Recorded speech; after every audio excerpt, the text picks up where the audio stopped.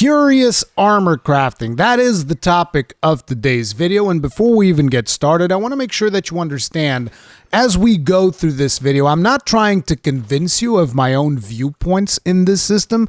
I'm not trying to preach to you in the event that you enjoy utilizing the system. I think you should have as much fun in the game as you possibly can. That is just my personal opinion on it. But I already know that my opinion on Qurious Armor Crafting is not a particular popular one. That is one of the reasons why I've waited so long to talk about this, so that I would have a chance to actually engage with this system long enough, give it a decent amount of time to potentially win me over, and also get feedback from the community. You see, because today we're also going to be looking at how a lot of you guys feel in regards to this system. Now, I made a poll, and this poll has almost 10,000 votes. It has 9,900 and something thousand. So it's almost 10,000 votes in this poll. And in that poll, I basically asked the question, now that we've had a significant amount of time to play around with the Qurious Armor Crafting system in Monster Hunter Rise Sunbreak, how do you feel about it? Now, in that poll, I gave people 3 options. You can vote love it, you can vote hate it, or you can vote neutral. Now, I understand, and I've had some of you say that this poll is a little restricting. There should be a couple of more nuanced options, like maybe you like it, but you don't necessarily love it. Maybe you don't like it, but you don't necessarily hate it. The problem with this is the more shades of gray I start adding into this argument, the harder it actually becomes to determine a conclusion of how people actually feel about the system itself. So that is why I kind of wanted to make it, okay, you either love it, you hate it, or you're neutral on it. And in a way, I feel like the fact that so many people were hesitant to commit to a positive response in my poll kind of speaks volumes about how the community itself views the system. They might have somewhat of a positive view, but they stopped, a lot of people at least stopped just short of saying, oh no, I love this system. And I also would like to bring up that a lot of you will probably imagine that this poll is going to be skewed due to the fact that my own personal views are going to influence the people in my audience. However, before I show you the results of the poll, I would like to remind you of the fact that I often encourage and engage with viewpoints that challenge my own opinions, and I always do my best to make sure that you, my audience, reach your own conclusions. Because at the end of the day, I don't really consider myself an authority on what is fun. I'm just a guy on the internet with a strong opinion on most games that I enjoy. Now, when you implement a new system into a game, I would argue that the ideal outcome for your community is that a majority of your players outright love that system. I would think that that is kind of the baseline. Like, if you're adding a new feature into the game, obviously you want your players to love it. Let's take a look at investigations, for instance. Now, in case you guys haven't seen it, I recently made a video on the topic of investigations because it is a system that I've been engaging with relentlessly. I've been having a blast leveling up the investigations. Eventually, I'm going to be reaching level 100, and most of you already know what's going to happen when that takes place. If you don't know, then go check out the investigations video. That's why that is there. And in that video, most of the comments when people are talking about the system of investigations in Sunbreak, most of those comments are overwhelmingly positive. I would imagine if I was to do the exact same poll, but instead of asking about Qurious Armor Crafting, I was actually asking about investigations, I would expect the results to be wildly different, much more skewed towards people loving the system, as opposed to what we actually got in this poll for Qurious Armor Crafting, which, as you can see, 22% of the people that participated in the poll, that's 22% out of 10,000, they love the system. 13% hate the system, and the large majority of 66% is neutral. You can blame the additional 1% on YouTube's poll feature, probably rounding some numbers up.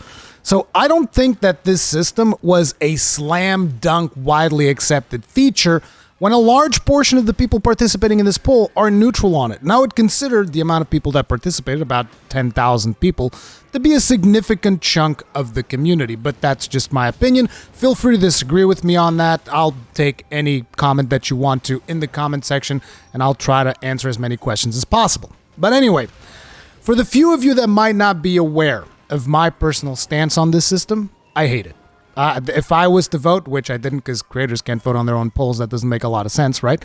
But if I was to vote, I would vote, I hate this system. As a matter of fact, every single time that I engage in this system, it actively makes me want to play the game less. It's demotivating because you're grabbing all of these materials and then you're funneling them into an armor piece, hoping to get a useful skill out of it. And in my personal case, and some people are going to be saying, oh, Rurikhan, you exaggerate. Go watch my streams whenever I do Qurious Armor Crafting and go see the results. Sure, you can find some interesting skills on some of the rolls that I get, but when you are rolling for a certain weapon, like in my case, when you're rolling for something like a gun lance, you kind of have to look for specific skills. And this was why I initially predicted before the system was even implemented in the game, I was like, I am not going to like this. This is going to be terrible for me. And wouldn't you know it, I was 100% correct. There's also an RNG factor to it, which means that people who tend to be a little bit luckier are going to have a better time with the system. People who tend to be unlucky, which it's like, I know that some people are like, oh, luck is just like this concept doesn't exist. Look, if it doesn't exist, I keep getting screwed by it whenever it comes to RNG in video games on the daily. So that's one of the reasons why I hate RNG so much. It's one of the reasons why I love Monster Hunter so much, because if I want to go get a fire sword, I just have to go fight a Rathalos until I craft my fire sword. And I love that aspect of it because, hey, it's going to drop eventually, right?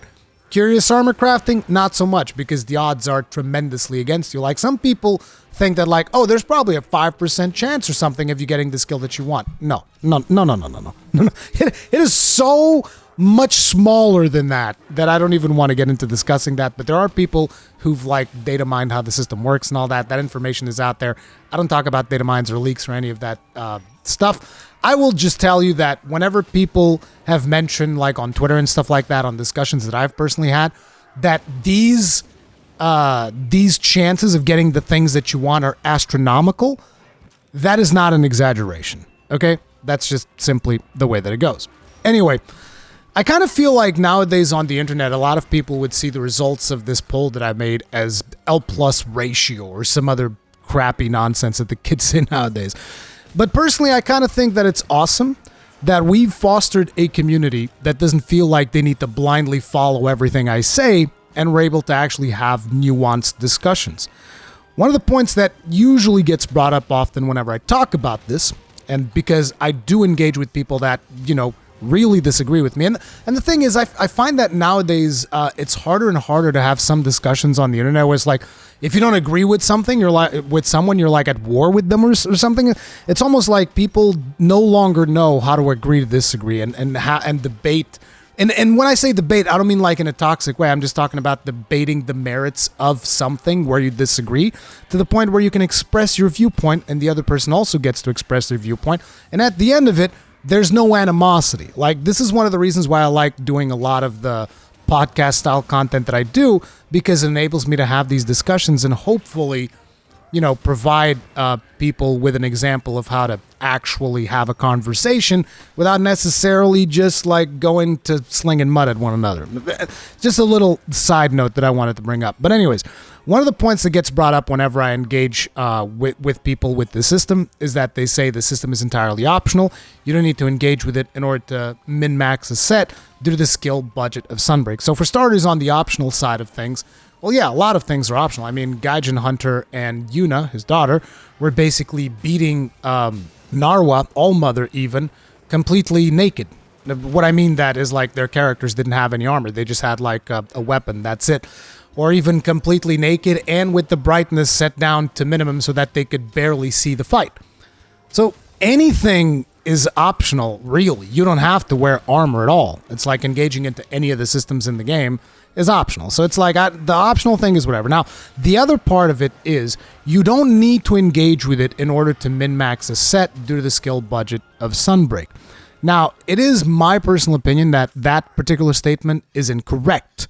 Now, while some weapons are able to get everything they need and then some without Qurious Crafting, one of the weapons that I play that I would point out you can probably get anything that you want for that weapon would be the Sword and Shield, because it's a very versatile weapon. It does not need like very specific skills in order to really maximize its output. You can really build it in any way that you want, and most likely you're going to get, you know, a decent build. I mean, within reason, of course. You're not going to be like putting like 3 focus on a Sword and Shield, because that doesn't make a lot of sense.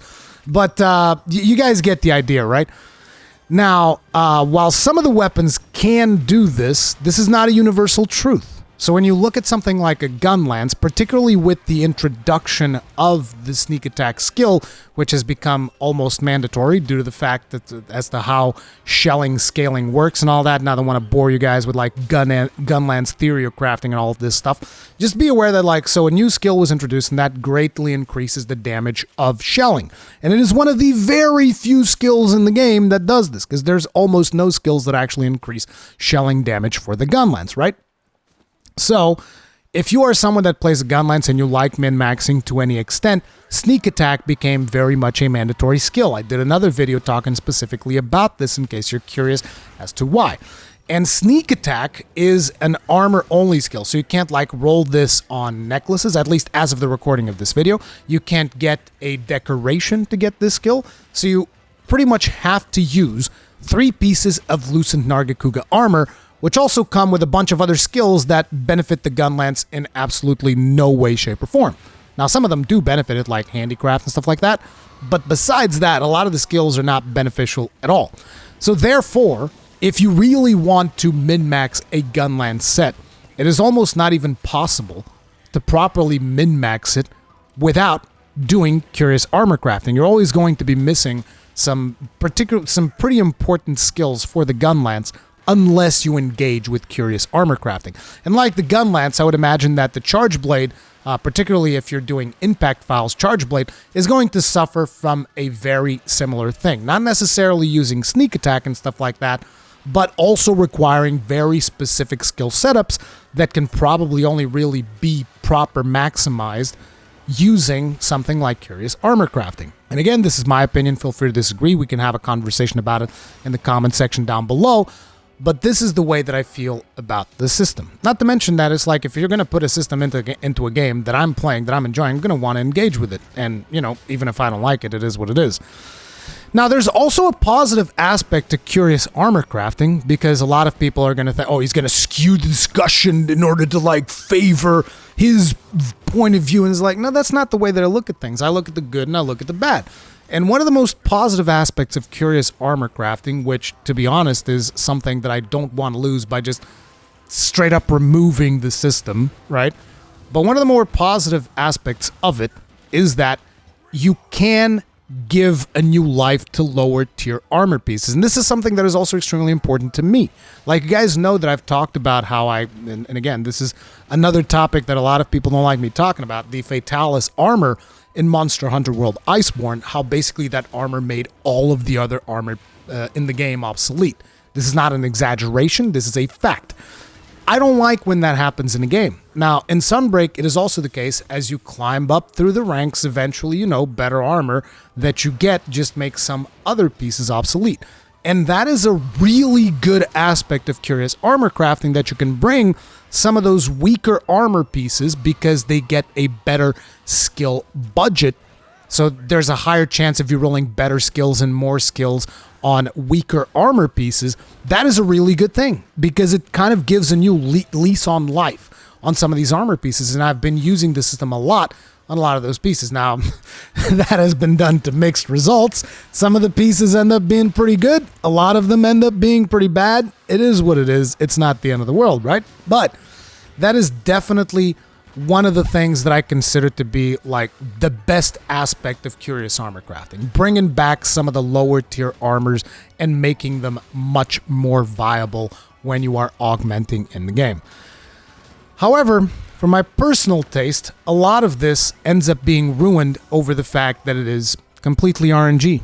And like I've said earlier, if you watch my live streams, you'll see that 90% of my rolls are Completely useless. They're worthless, which is why it always annoys me a little bit whenever somebody says, it is super easy to get any skill that you want. I had a conversation about this on stream the other day. It's super easy to get any skill because, you know, just because that is your experience, because maybe you were lucky on a couple of rolls, believe me when I tell you, there are a lot of players, myself included, where we can be rolling like the results of, let's say, 20 to 30 hours of investigations and get absolutely nothing. And that never feels good.